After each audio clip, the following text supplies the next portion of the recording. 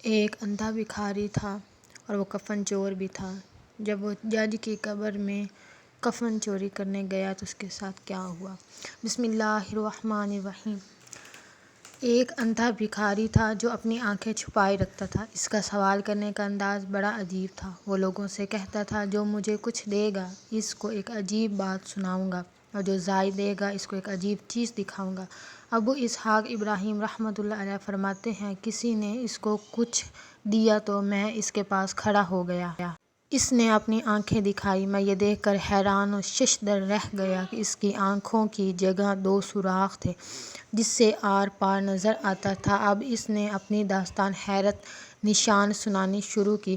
میں اپنے شہر کا نامی گرامی کفن چور تھا اور لوگ مجھ سے بے حد خوف زدہ رہتے تھے۔ اتفاق سے شہر کا قاضی یعنی جج بیمار پڑ گیا۔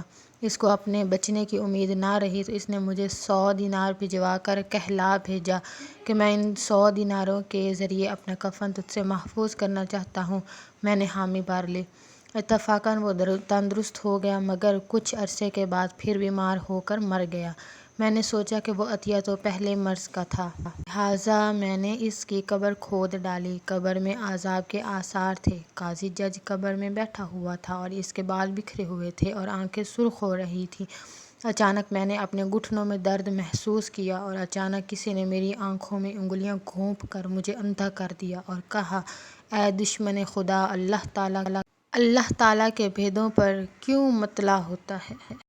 ہمارے چینل اسلامک سٹوریز کو سبسکرائب کریں اور ویڈیو کو لائک کریں۔